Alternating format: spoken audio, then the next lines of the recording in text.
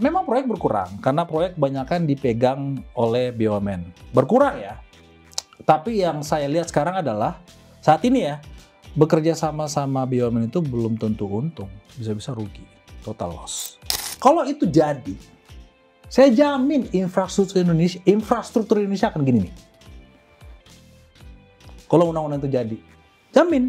Nah, tapi KPK-nya berani nggak? Polri-nya berani nggak? Jaksanya berani nggak? Nah, dan yang terakhir nih, yang paling utama, DPR-nya berani nggak? Wih, kita mendapati kontrak sekian ratus miliar proyek ini, atau tahun ini kita telah sekian triliun. Bacot. Akhirnya datang juga nih, Bro Ron, setelah sekian lama janjian. Iya. Udah 4 bulan kayaknya. 4 bulan. 4 bulan, ya. Habis itu sakit, untungnya sembuh, dan untungnya baik. Maklum sok sibuk. Rakyat ini membutuhkan sosok Bro Ron ya untuk terus teriak-teriak. Soalnya nih, kalau misalnya sakit nanti berhenti bro, program teriak-teriak ya. Jangan pakai kata rakyat, pakai kata warga aja. Oh iya, warga. Kalau pakai rakyat itu kayaknya mau kampanye atau apa gitu. Nah, tapi gini bro, kan mungkin ada beberapa audiens gue yang belum mengenal lu. Lu ini bisnisnya fokusnya apa sih? Vendor perbaikan jalan atau apa? Bisnis saya ada 2. Ada bisnis hobi, saya di dunia otomotif lah, dunia motor. Saya importer dan distributor aksesoris motor, dan juga bisnis yang kedua, bisnis hobi juga sih, perbaikan jalan, konstruksi, ya aspal lah dengan sambungan jembatan. Ya itu hobi juga, dua-duanya hobi. Enak ya kalau misalnya kerja itu sebagai hobi sih. Enak. Nggak pernah bosan, nggak pernah capek. Ya pengennya ngegas terus, Ya, tapi ngegas apanya nih maksudnya? Ngegas kerjanya, ngegas kerja gitu loh. Tapi ya gitulah. Wah, satu hari hanya bisa 24 jam kan? Iya. Nah, lu kan mulai ngekritik BUMN tuh sejak BUMN Karya ya, spesifiknya itu 2023. Itu asalnya gara-gara apa sih? Asalnya karena saya nggak dibayar, telat bayar, ya kan? Waktu saya berisik itu sudah lewat jatuh tempo sekitar 3 bulan ya, melebihi jatuh tempo 3 bulan. Dan itu udah pada saat super kritis. Ini maksud saya bukan jatuh tempo 3 bulan ya. Sudah melewati temponya. Yang waktu itu temponya itu 6 bulan. Oh, 9 bulan berarti. Jadi temponya udah 6 bulan, 3 bulan lewat nggak dibayar-bayar, ya udah gue gas aja lah, ya kan? Gue gas, klaim hak gue, dan memang kebetulan waktu itu kita udah lagi BU banget, udah benar-benar habis-habisan, ya mulai kecewa lah. Tapi lu ada sebuah fear nggak sih? Kan tentu banyak vendor yang nggak dibayar juga. Contoh nih, videografer gue nih nggak dibayar juga nih sama salah satu karya. Mampus! Nah tapi lu ada sebuah fear nggak sih? Apalagi lu kan di industri itu kan. Bahwa wah kalau misalnya gue teriak-teriak, gue bakal di blacklist nih. Sama mungkin bukan cuma ini doang, tapi yang lainnya juga gitu. Kayaknya kebalik bang. Kalau di situasi ini saya nge-blacklist BUMN deh. Iya kan? Itu udah pasti terjadi. Udah pasti terjadi di blacklist.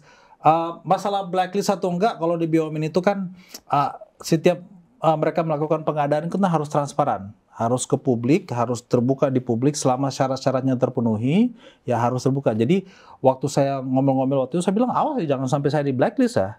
Setiap informasi pengadaan atau kebutuhan ya tetap harus diumumkan di email blast kan, vendor yang terdaftar. Jadi ya secara teori sih ya saya nggak di blacklist, ya saya nggak blacklist mereka, ya kan? Karena kan BUMN itu wajib memberitahu kepada masyarakat ya kita ada kebutuhan ini. Ya nah, soalnya kan lu punya klientel itu adalah lu kan bukan ngebangun rumah, lu bukan ngebangun gedung gitu. Jadi lu punya klientel itu adalah jalanan, ya kan, tol segala macam, which is pemerintah gitu kan. Pemerintah. Walaupun secara administrasi segala macam nggak di blacklist, ya lu nggak di blacklist tapi nggak pernah menang aja gitu. Nggak pernah menang. Ada fear kayak gitu. Nah sekarang lu punya klien jadi kebanyakan apa? Apakah swasta? Swasta. Beberapa kali PUPR, sempat beberapa kali kita kerjakan parkiran, ya kan? Ada juga jalan raya yang status jalannya itu bukan milik Pemda, yaitu masih milik developer ada di Tangerang. Jadi ya kebanyakan swasta sih. Oh, kalau sekarang udah switching ke swasta. Jadi memang agak beralih sedikit. Yang tadinya kita banyak fokus di sambungan jembatan dan penambalan jalan rusak, kita jadinya yang kebanyakan kerjanya BUMN, kita jadinya di swasta, di PUPR, di kota-kota dekat. Ya, swasta juga banyak. Swasta lebih enak, cuannya lebih gede dan pembayarannya lebih cepat. Terus BUMN atau enggak pemerintah seperti apa yang masih nunjuk lu? Dan kok bisa mereka masih ada yang... Pemerintah itu nggak menunjuk bang. Jadi kita tinggal pantau aja di LPSE, atau juga ada penunjukan langsung. Ya, maksudnya kalau penunjukan langsung kan itu proyeknya kecil-kecil sih. Tapi kan kalau kecil-kecil, kuantitinya banyak ya masih oke lah. Iya. Tapi maksudnya contoh pemerintah yang masih open untuk kerja sama lu tuh berarti mereka juga tahu risikonya kan ya? Mungkin mereka udah terima lu gara-gara mereka tahu pembayarannya nggak ada masalah kali ya. Karena gini, kalau BUMN itu kan PT, ya kan? PT itu, sebuah PT, ya abang kan bisnis juga kan? Ada nggak ada anggaran kalau pengen jalan ya, jalanin aja kan? Nah, tapi kalau pemerintah daerah, tidak boleh melakukan pekerjaan kalau belum ada anggaran di titik itu. Jadi kalau pemerintah daerah ya pasti ada pekerjaannya. Tapi kalau BUMN ya belum ada duit, belum tentu ada duit, gas aja itu proyek. Ya karena statusnya sebagai PT. Oke. Nah, terus dari pengalaman lu ya untuk sebagai vendor, gimana sih sekarang proses untuk menjadi vendor? Apakah dibandingkan dulu waktu lu mulai sama yang sekarang, apakah sekarang ini proses untuk menjadi vendor itu udah lebih transparan, lebih meritokrasi gitu sesuai dengan kompetensi atau gimana? Sebenarnya lebih transparan sih. Kalau saya perhatiin ribet memang, ribet banyak syarat-syaratnya harus dipenuhi, syarat-syarat administrasi ya, izin ini, izin itu, izin ini, izin itu. Tapi selama itu dipenuhi nggak masalah sih. Tergantung kesabaran tim admin kita aja ya. Memang bukan tugas saya kan. Kita sebagai pimpinan perusahaan kan hanya tinggal mengarahkan aja arahnya perusahaan maunya gimana. Memang agak ribet ya, perlu beberapa kali kita waktu di awal-awalnya mendaftar di sekian banyak BUMN ya ada 2 sampai 3 saya punya admin tumbang, resign gitu ya. Ya memang butuh kesabaran karena memang merepotkan. Kita udah kirim semua data nih. Tiba-tiba udah nunggu 2-3 hari, seminggu kemudian, oh ini masih kurang, Mbak. Wah, ini tanggalnya ini butuh tanda tangan ya. Itu terjadi. Birokrasi lah. Iya. Birokrasi. Nah, yang gue mau tahu ya, Bro ya. Iya. Setelah lu keluar-keluar mulai dari tahun 2023 gitu kan. Iya. Menurut lu, apakah ini untuk dompet ya? Itu net positif atau net loss gitu? Lu malah jadi rugi atau lu malah jadi tambah cuan gitu? Bukan merugi, memang proyek berkurang. Karena proyek kebanyakan dipegang oleh BUMN. Berkurang ya. Tapi yang saya lihat sekarang adalah saat ini ya, bekerja sama BUMN itu belum tentu untung, bisa-bisa rugi, total loss. Dan itu bukan asumsi saya aja, sudah ada bukti-bukti yang saya dapati dari sekian banyak ratusan vendor yang curhat ke saya, yaitu bekerja sama BUMN saat ini belum tentu cuan. Jadi pilihan yang tepat. Yang saya putuskan semenjak tahun lalu bersuara dan memutuskan untuk tidak bekerja sama lagi dengan mereka karena itu menyelamati uang saya sendiri. Masalah itu cuan atau tidak, yang penting saya tidak loss. Lu waktu pertama kali keluar-keluar gitu ada fear UU ITE atau laporan polisi segala macam nggak sih? Nah itulah bedanya kita yang punya pengetahuan dengan kebanyakan orang ya. Kebanyakan orang kalau kita kritik pemerintah atau kritik yang berhubungan sama pemerintah, takut dipenjarain gini kan. Jadi ya kuncinya kan selama tidak memaki, selama tidak menghina, selama tidak hoax, itu nggak akan kena undang-undang ITE. Nah, jadi kritik kita itu harus memang mengarah yang tepat dan ada buktinya. Kalau dipertanyakan, ya dan saya udah 2 kali, saya kena LP laporan polisi 2 kali setahun terakhir. Semuanya mental. Malah polisinya suruh saya untuk berdamai. Damai aja lah Pak, udah gini. Maksud saya, apa mau didamaikan? Kalau saya dilaporkan, berarti kan saya tinggal buktikan. Buktikan apa yang dilaporkan. Berdasarkan laporan ini, postingan ini, komentar ini. Oke, saya buktikan. Saya mau berkomentar itu dengan alat-alat bukti demikian. Yang seharusnya berdamai itu mereka ke saya, bukan saya ke mereka. Ya kan, kebalik. Jadi berdebat juga sama polisi. Ya suruh mereka yang berdamai, suruh mereka cabut. Jangan suruh saya berdamai. Jadi ya sampai sekarang masih hadir di sini. Ya, dengan 2 LP yang berjalan di Polda Metro Jaya. Gimana Bang Polisi, kapan dicabut? Bang Leon langsung nyentil polisi. Jangan lewat sini. Nanti nyentil lu pakai. Ya kan saya tinggal nanya aja kapan mau dicabut LP-nya. Bang polisi gimana juga. Tinggal ngomong ke pelapornya kapan mau dicabut, ya kan. Okay. Kan jadi beban juga ke polisinya kan, kasusnya nggak kelar-kelar, nggak selesai. Beban ke karirnya dia juga. Saya ingin membantu, ya bilanglah cabut. Oke nih bro. Gue harus geser ke tempat yang lain. Yeah. Nah, kan setelah lu bikin viral yang mengenai BUMN, itu kan banyak orang yang juga, kalau nggak salah kasus lu kan, kayak mereka ada yang ngutang juga, gitu kan. Itu kayak gimana sih? Kayak berapa orang, berapa duit itu yang? Saya jadi semacam aktivis lah. Jadi nggak sengaja dan bukan disengajakan untuk menjadi aktivis. Karena jadi orang sebutnya aktivis. Wah ini aktivis BUMN. Wah ini mafia pelawan BUMN ya kan.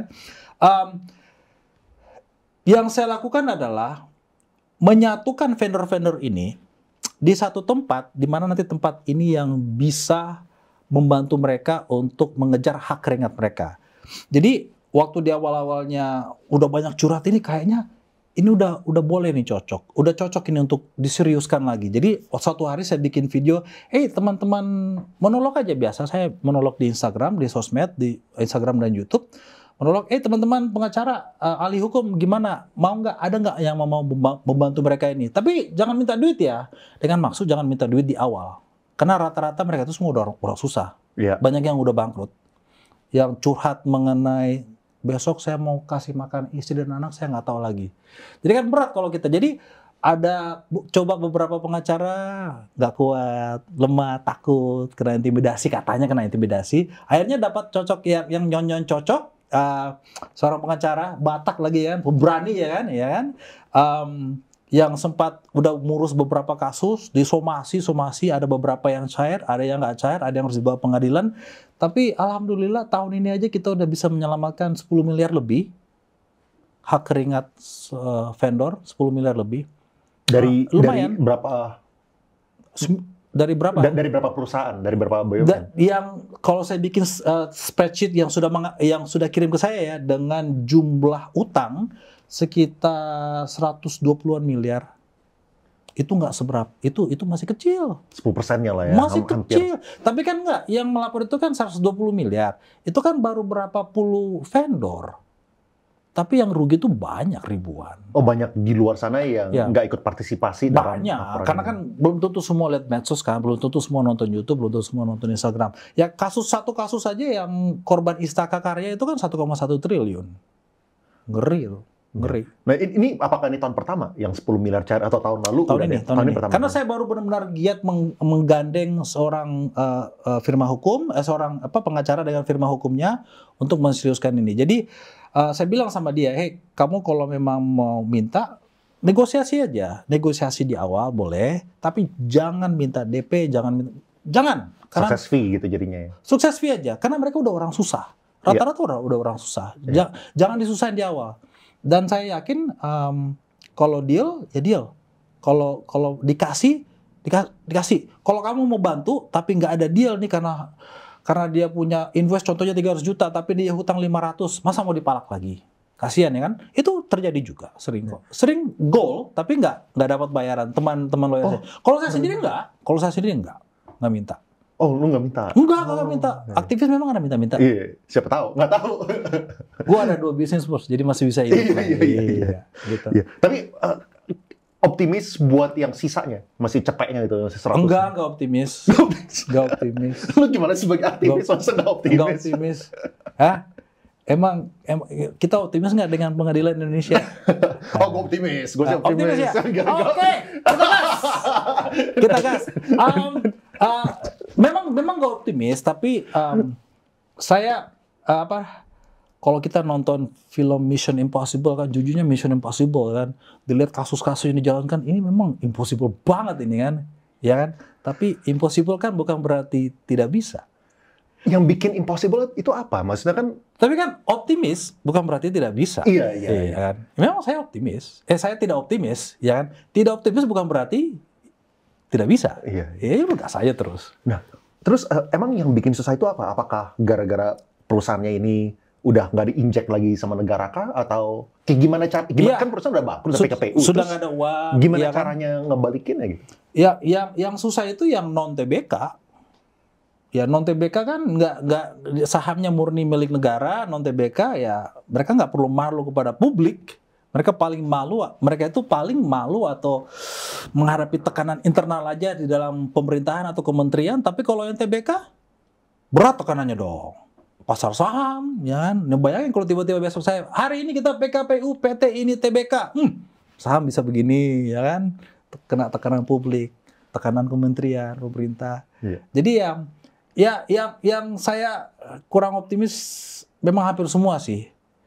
Tapi kita tetap maju aja, coba aja. Iya. Nah kemarin kebetulan ada salah satu orang yang request untuk hadir di podcast. Kebetulan dia ini nih vendornya. Oh, dia yang request ya? Dia request ya. Kalau ini saya yang request. Oh iya, kalau saya ini gue request. Setengah dikit. Iya. Ini cuma sibuk, jadi sampai 4 bulan datangnya. Nah, dia ini kebetulan vendornya WSBP. Lalu diutangin 1,4 miliar, itu nggak dibayar. WSBP ya? Ya, dia kena 2 ya. Dia kenanya kapan? Tahun berapa? Kalau nggak salah 2 tahun yang lalu ya, aku ingat ya. Nah, jadi ada 2 hal nih. Pertama itu adalah sebagai vendor. Kedua, beli reksadana terproteksi yang isinya WSBP juga gitu. Double combo. Nah, jadi yang gue mau tahu itu adalah masih hidup orangnya? Masih hidup. Enggak, bunuh diri nggak stres ya? Oke, masih hidup. Tapi susah apa namanya? Semangat. Berat. Artinya berat. Soalnya kan dia punya karyawan segala macam dan juga vendor-vendor lainnya. Nah, orang-orang seperti ini, mereka, oke, sekarang kasusnya kayak gimana? Lalu, apakah punya harapan gitu ya untuk mendapatkan tadi lah 10%-nya gitu? Soalnya kan sekarang kan setahu gue dia udah dikonversi menjadi saham kan. Iya. Lalu yang gue dengar ya sahamnya itu tuh juga dia tidak dilibatkan. Ini menurut dia ya. Maksudnya itu tiba-tiba udah terkonversi jadi saham, lalu sahamnya juga udah nggak tahu kapan gitu. Itu saya rasa mungkin orang yang tidak mengikuti sidangnya. Pertama awalnya dia daftar, dia tanda tangan aja surat kuasa ke pengacaranya, yang mungkin nggak ngerti lah mengenai saham. Pas proses homolegasi semua diverifikasi otomatis. Jadi dia memang nggak terlibat situ karena aku udah pakai kuasa hukum mungkin ya. Mengenai saham itu, kalau saya tidak salah baca ya, tidak salah ingat ya, nanti itu mulai dicicil di tahun ke-10 atau setelah 10 tahun, jadi di tahun ke-11 mulai dicicil buyback sekian persen. Tapi sebelum 1 tahun itu ada sekian puluh persen akan di buyback juga di tahun ke-5.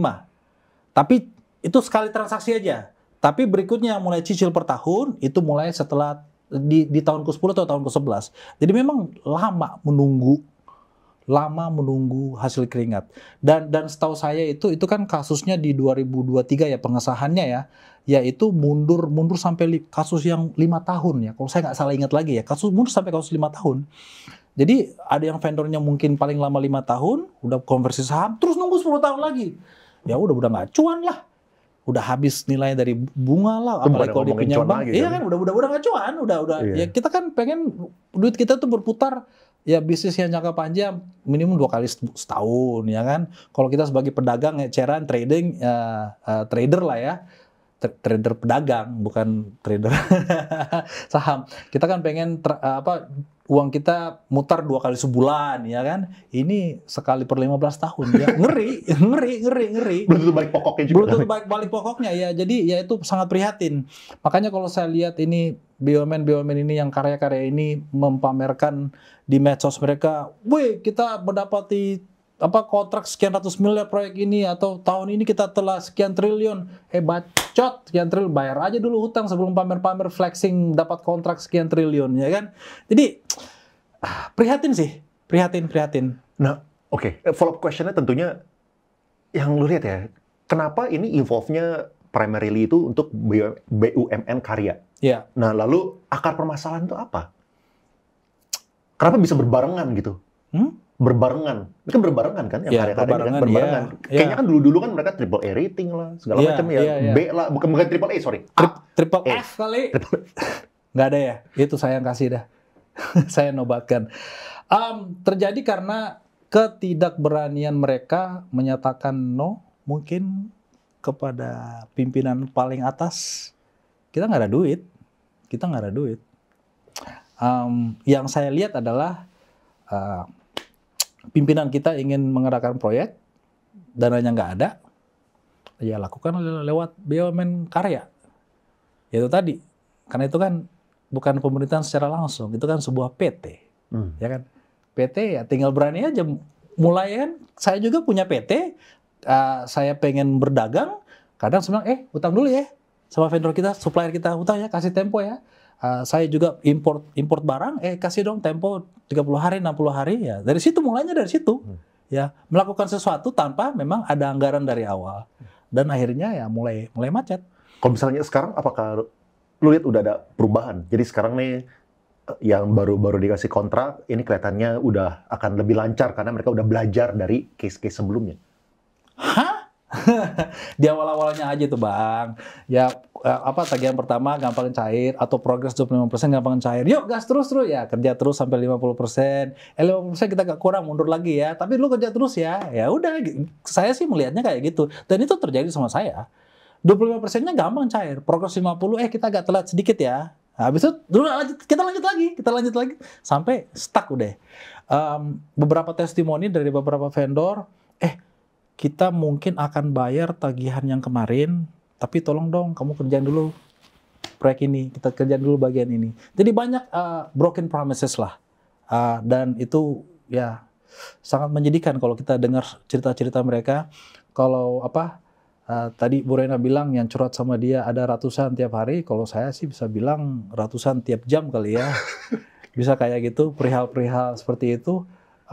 Yang bilang saya nggak tahu mau kasih makan apa istri saya besok, karyawan saya harus PHK ini 30 orang atau gimana. Ya, sedih lihatnya. Banyak itu setiap hari. Banyak, dan tidak ada tindakan konkret atau pernyataan resmi ya dari pihak-pihak yang bertanggung jawab, baik itu dari BUMN Karya itu sendiri atau dari kementerian atau sampai ke atasnya lagi bahwa kita akan membayar tagihan ini secepat mungkin. Atau kita akan membayar 3 bulan ke depan. Atau 6 bulan ke depan. Atau setahun. Nggak ada. Yang biasanya kita lihat di berita itu normatif. Ya kita akan coba menyelesaikan permasalahan ini. Ya kita akan coba restrukturisasi. Tapi nggak ada yang pernah komplit kapan mau bayar. Gitu. Oke. Yang bagian duitnya udah kelar. Sekarang next topik ini. Intinya hati-hatilah. Jaga keuangan kamu. Ya. Iya. Nah, gue mau ngomongin mengenai kualitas deh. Soalnya kan, ya gue dulu kan juga lumayan sering pergi ke Jepang lah, kemana gitu kan. Yeah. Kayaknya ada perbedaan antara kualitas jalanan atau jalan tol yang dibangun, yang di luar negeri, sama yang di Indonesia gitu. Beda jauh. Nah, kenapa? Apa yang bikin berbeda? Apakah cuaca? Apakah apa gitu? Karena kalau luar negeri kerjanya pakai hati kali. Kalau di sini enggak. Yang penting jadi. Apakah mereka maksudnya dari pemerintah atau dari yang menunjuk atau yang memberikan menang sebuah proyek gitu ya? Mereka udah kasih tahu spek, lalu yang mengerjakan itu down spek sendiri. Pengawasannya ketat. Pengawasannya ketat. Waktu saya ikut ke Jepang itu pengawasannya ketat. Dokumentasinya luar biasa. Foto-foto dengan foto-foto spek, cek temperaturnya di foto. Truknya datang juga jam berapa di foto, karena mereka bisa perhitungkan. Kalau dari pabrik aspalnya berangkat jam sekian sampai lokasi jam sekian, itu semua dokumentasi kapan truknya sampai. Itu dilaporin, terus nanti besoknya datang lagi, dibor lagi, dicek ketebalannya, dicek kualitasnya, semua di double check. Kalau di sini konsultan pengawasnya, saya pun nggak yakin konsultan pengawas itu paham apa yang dilakukan, karena saya udah sering beberapa kali ketemu konsultan pengawas yang ngawasin saya itu nggak paham apa yang kita kerjain. Dia hanya hadir di situ aja untuk foto-foto laporan kantor. Itu udah sering terjadi. Dan banyak yang ketidakpedulian para pekerja juga. Dari pengalaman saya di kontraktor ini, kalau pekerja itu tidak diawasi, belum tentu mereka kerjanya serius. Yang namanya tukang ya, dengan penuh rasa hormat, bukan merendahkan para tukang, tapi konsep mindsetnya tukang ini ya semua gue aja, sebisa gue aja. Padahal sebenarnya kan cara bekerja itu ada tahap-tahapnya, ada yang harus dilakukan duluan. Saya aja yang bisa sebagus ini, saya harus benar-benar 1 tahun penuh turun ke lapangan ngawasin saya punya orang. Nah terus ya kalau misalnya kita ngomongin solusi, apa solusi? Mesti membedakan kalau misalnya tadi kita ngomongin Jepang gitu ya, mereka ada cross check berkali-kali. Ya. Itu kan pasti kan ada faktor anggaran juga gitu. Iya, betul. Mereka lebih tinggi mungkin. Anggaran kita bisa cukup kok. Cukup. Kontraktor asal jangan dipalak aja. Emang ada yang palak? Ada. Maksudnya di mana? Di lapangan? Di lapangan ada. Atau supaya menang? Mau ormas, mau LSM ada. Dari kontraktor utama juga Menkon ada mau palak. Dari BUMN ada mau palak. Saya masih ada bukti-buktinya. Saya berani ngomong, saya penyimpan bukti. Minta HP lah. minta, aduh bantuan anaknya, uang sekolah anaknya lah. Ada, tapi minta uang sekolah anak mintanya 10 juta. Sekolah apaan tuh? SD 10 juta. JIS kali, JIS. JIS kali. 10 juta, 10 juta. Ada, itu ada. Jadi ya berhentilah memalak. Kalau memang sama juga di pemerintahan kota, di daerah, ya berhentilah memalak. Ya kan, kalau memang anggarannya itu untuk kontraktor, ya biarkanlah kontraktor itu berkarya. Dari 100 juta, yang kira-kira dipalak tuh berapa? Yang akhirnya benar-benar jadi jalanan tuh berapa? Apa yang pernah saya kerjain itu saya nggak pernah dipalak. Tapi apa yang pernah saya coba dapatin, saya tahu saya dipalak. Sekali lagi? Jadi kan saya bilang tadi kan di awal, saya udah pernah kerja di beberapa kota ya, Pemda ya. Kalau yang saya udah kerja itu saya nggak pernah dipalak. Tapi waktu mencoba mencari pekerjaan, nah itu udah dipalak.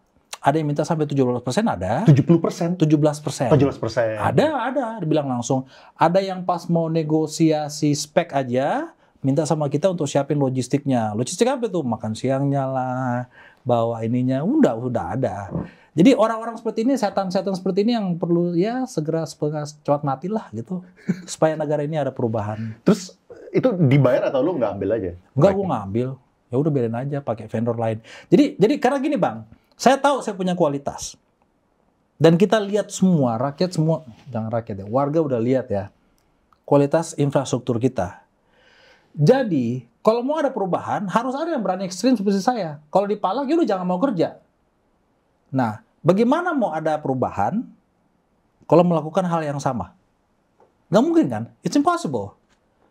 Yang terjadi ya, yang kita rasakan selama ini, jalan rusak, baru proyek kelar 2 bulan lalu, udah mulai berlobang, udah mulai rusak. Ya gimana vendor mau sukses, bagaimana vendor bisa mempertahankan cuan kalau dari awal sudah dipalak? Bagaimana dia mau cuan? Ya harus ada yang dicorangin. Yang rugi siapa? Ya warga itu sendiri. Perbaikan terus jalanan. Perbaikan terus jalanan itu. Yang nggak selesai. Nggak selesai. Padahal dengan anggaran yang ada itu kan itu bisa dipakai untuk kerja lebih serius, yang lebih bagus. Bisa lebih banyak yang teratasi. Bukan hanya titik itu aja terus diperbaiki itu. Titik itu diperbaiki tiap 3 bulan, tiap 6 bulan. Ya kan? Karena kalau itu bagus, bertahan 2, 3, 4 tahun, kan anggaran ini bisa dibawa ke titik yang lain. Titik ini bertahan 2, 3, 4 tahun, anggarannya bisa dibawa ke titik yang lain. Jadi, urban legend yang bilang, wah itu kan sengaja dirusakin supaya ada anggaran terus. Salah. Kasihlah yang bagus. Supaya anggaran itu bisa dipakai titik lain, tetapi jangan dipalak. Nah, itu. Oke, nah, channel gue netral lah ya. Maksudnya kalau misalnya emang nggak bagus, ya kita harus netral. Kenapa panggil saya kalau netral? Waduh, jangan di-upload yang ini. Batal. Enggak, itu bagus. Bikin ketawa penonton. Please. Enggak, canda aja. Nah, kan kalau misalnya jelek kita bilang jelek, kalau misalnya bagus kita harus bilang bagus gitu kan. Betul. Nah, ada nggak sih contoh-contoh orang-orang yang udah kerjasama ya, pemerintah, BUMN, atau manapun lah, yang bagus, yang worthy untuk di-highlight gitu? Contohnya kayak siapa dan dari mana? Kalau bilang siapa, yang pernah kerjasama ya? So, kalau misalnya nggak pernah kerjasama, mungkin nggak pernah punya pengalaman sendiri kan. Jadi yang pernah kerjasama aja lah. Yang pernah kerjasama pemerintahan, kalau pemerintahan saya mungkin pemerintahan daerah ya, Kadis PUPR Kota Bogor. Nah itu mantap tuh, Bu Rena tuh, ya kan? Itu mantap. Kenapa emangnya? Apa yang membedakan? Gesit, seperti saya, suka ngawasin, suka ngerecokin. Cerewetnya minta ampun. Tapi supaya hasilnya bagus, kita kerjasama di waktu itu, saya menjadi subkon di proyek jembatan Otista di Kota Bogor. Jadi nggak direct dong kalau kayak gitu? Nggak direct, saya sama Menkon. Tapi komunikasinya bisa langsung ke PUPR, bukan bisa Menkonnya? Lah, komunikasi bisa sama pemilik proyek sebagai owner bisa, itu nggak masalah. Okay. Walaupun kontraknya sama Menkonnya kan. Tiap hari beliau hadir, sering nongkrong di warung, membicarakan teknis, saya mendengar beliau, jadi udah mantap lah. Kalau di BUMN, saya tidak bisa menamakan seorang secara spesifik, tapi saya rasa di bidang perbankan ya, itu mantap-mantap semua itu kan. Yang pasti perbankan kan semuanya cuan. BUMN ini yang perbankan. BUMN perbankan ya, semuanya cuan, saham, dividen ada terus ya. Iya. Tahun ini semua perbankan BUMN ada dividennya ya. Ada sih ada, cuman kalau ada yang turun masih belum balik. Belum balik. Paling gede BRI ya gimana ya? Mungkin yang kecil apa BTN kali ya atau gimana lah ya. Tapi saya salut juga sama mereka. Sama mereka maksudnya buat apa? Maksudnya sebagai yang fundernya gitu kalau misalnya bisa berhasil lah, paling dikit bisa cuan lah. Maksudnya lu sama perbankan untuk apa? Apakah mereka ada bikin jalan kan enggak kan maksudnya kan? Enggak ada bikin jalan, tapi kan saya kira tadi pertanyaannya apa yang saya lihat ya. Yang saya lihat kan yang di sisi BUMN-nya. Enggak mungkin BUMN-nya semua jelek. Yang jelek sih BUMN karya. Ya semuanya jelek kalau BUMN karya, tapi yang lain-lainnya saya lihat positif di perbankannya saya lihat mantap. Perbankannya. Belum pernah kerja sama mereka ya saya punya rekening di mereka, tapi yang bagi saya BUMN yang bagus saat ini ya hanya perbankan. Gitu aja. Itu tadi kalau mau di-highlight ya Kadis PUPR Kota Bogor. Mantap. Oke. Ya. Mantap. Ya, ada podcastnya juga nanti. Ada. Oke. Terus kan kalau nggak salah awal tahun ya, kan sempat ke PSI ya. Habis itu sempat nyalek kan? Sendiri kan? Sempat ke PSI. Sekarang masih di PSI atau masih. Oh, berarti bukan sempat. Saya ke PSI waktu awal-awalnya ribut mengenai BUMN inilah. Ya kan, jadi disuruh nyalek ya kan, karena apa? Karena berani bersuara lah, bla bla bla bla. Jadi kena apa namanya? Kena hasutan netizen, ya kan? Wah ini orang berani nih, ya kan? Gas ini harus cocok jadi perwakilan rakyat. Langsung, padahal nggak pernah kepikir mau nyalek, nggak pernah kepikir mau jadi apa? Jadi seorang apa yang namanya ya? Pelayan, tanda kutip, pelayan rakyat gitu kan, nggak pernah kepikir. Memang waktu itu berisik gara-gara pengen kita punya uang kita cair aja ya kan. Tapi netizen lihatnya gitu ya udah saya join PSI. Saya join PSI sebelum Kaisang masuk loh, jadi bukan gara-gara Kaisang loh. Saya join PSI 4 bulan sebelum Kaisang masuk ya kan. Terus value apa emang yang dilihat sama lu terhadap PSI sehingga lu bergabungnya dengan sebenarnya PSI? dari adanya PSI saya udah suka dari awal, karena hanya PSI yang berisik mengenai undang-undang perampasan aset. Dan juga saya suka mereka punya tagline anti korupsi, anti intoleransi. Ya, intoleransi lah ya. Saya suka dua tagline itu. Memang ya saya kan pendidikannya dari luar negeri, jadi hal-hal yang seperti apa namanya intoleransi, kita kan kayak di Amerika lebih bebas berekspresi, mau agama apapun, warna kulit apapun, lebih bebas lah kan. Jadi saya suka dari situ, bukan karena Kaisangnya ya kan. Memang banyak juga haters yang bilang, wah ini gara-gara anak presiden makanya dari situ. Enggak, padahal gue duluan masuk gitu kan. Ya itu tadi, karena mereka yang paling berisik memperjuangkan undang-undang perampasan aset.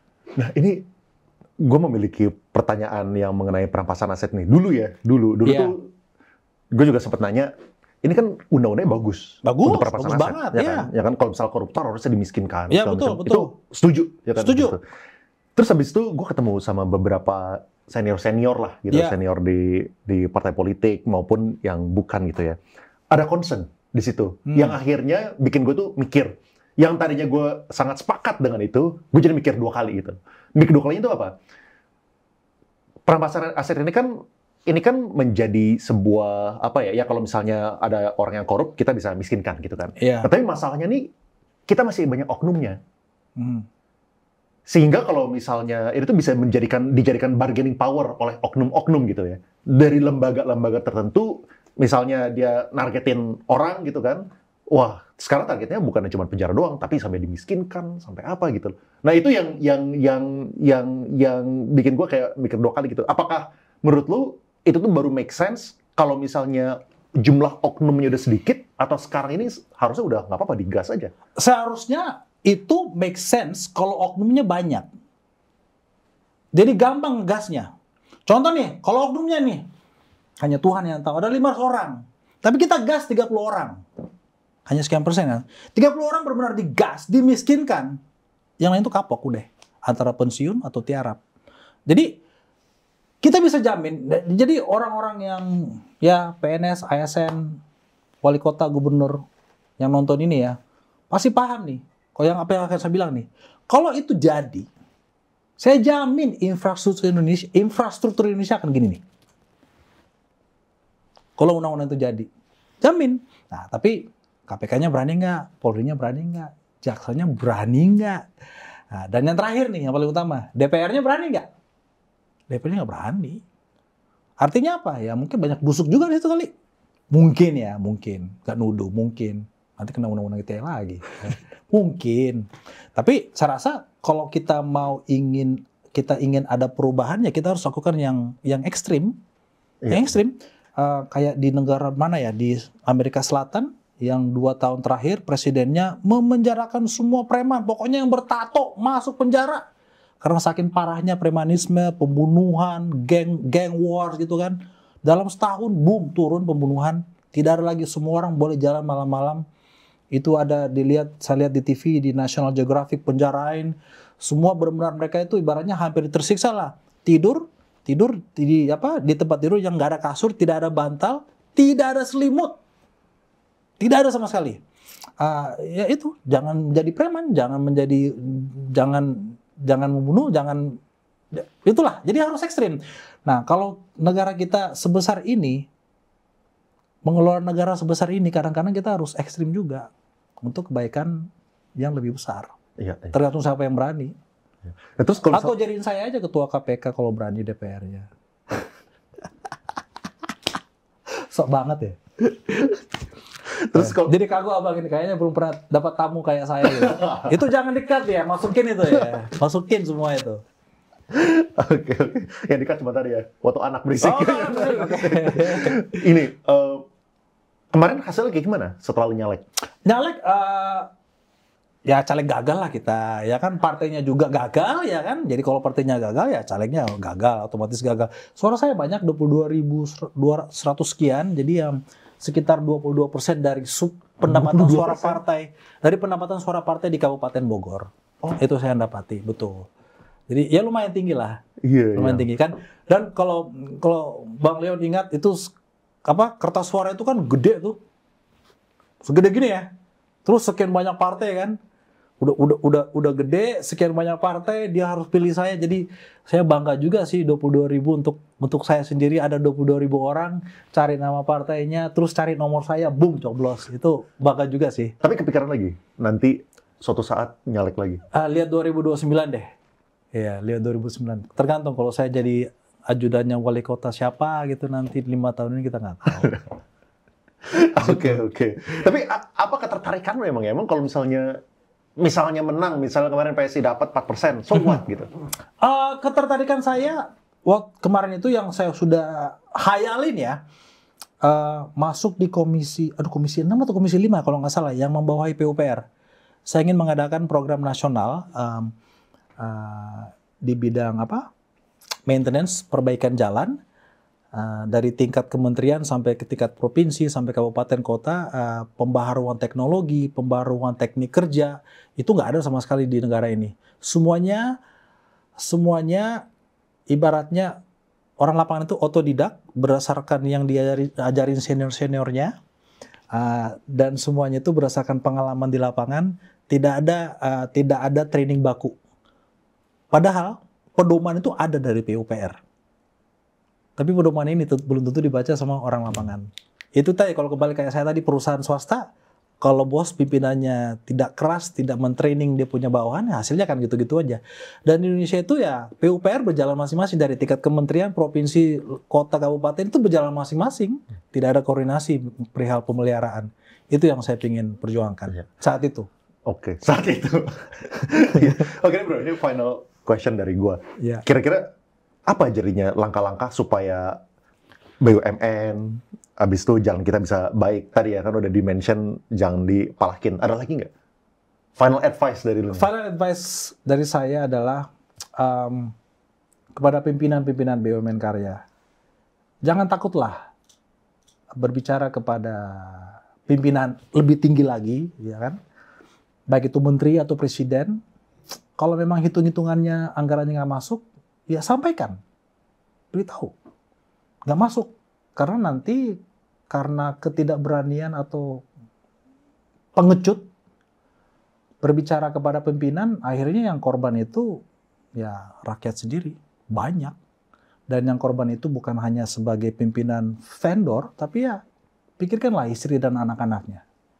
Sudah ada kok historinya masuk berita yang bunuh diri karena stres bayar hutang bank, susah bayar hutang bank, karena membiayai proyek yang di BUMN karya. Jadi ya pakai hati lah, pakai hati. Jangan takut lagi berbicara kepada pimpinan.